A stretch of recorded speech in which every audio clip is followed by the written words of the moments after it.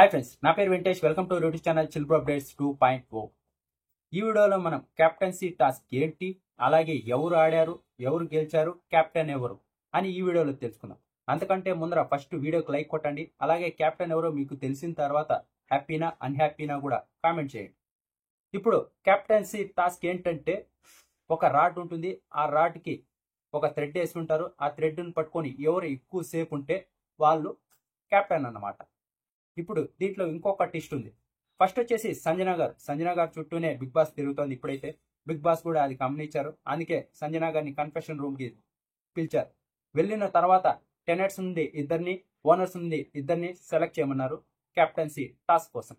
వాళ్ళు వచ్చేసి హరీష్ గారిని, అలాగే డీమన్ పవన్ ని ఓనర్స్ టీం నుంచి, షష్ఠి వర్మని, ఇమాన్యువల్ ని టెనెట్స్ టీం నుంచి సెలెక్ట్ చేశారు. దాంతోపాటు బిగ్ బాస్ బంపర్ ఆఫర్ ఇచ్చారు. 2 రోజులు కంటెంట్ ఇచ్చావమ్మా నువ్వు అని.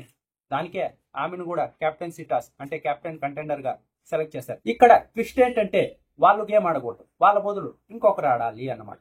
బిగ్ బాస్ పెట్టినట్టున్నాడు ఈ ట్విస్ట్ అయితే. ఎందుకంటే సంజన గారికి ఎవరు ఆడారో తెలుసా? శ్రీజ ఆడింది.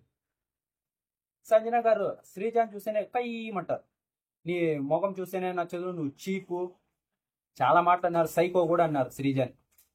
ఆవిడ ఎందుకు సెలెక్ట్ చేస్తుంది? నాకు తెలిసి బిగ్ బాసే పెట్టింటాడు. ఇంకా నెక్స్ట్ వచ్చేసి మిగతా నలుగురు ఉన్నారు కదా. ఇప్పుడు సంజన గారి కోసం శ్రీజ ఆడింది. నెక్స్ట్ మిగిలిన 4 మెంబర్స్ కోసం డీమన్ పవన్ కోసం ప్రియా శెట్టి ఆడింది. హరీష్ గారి కోసం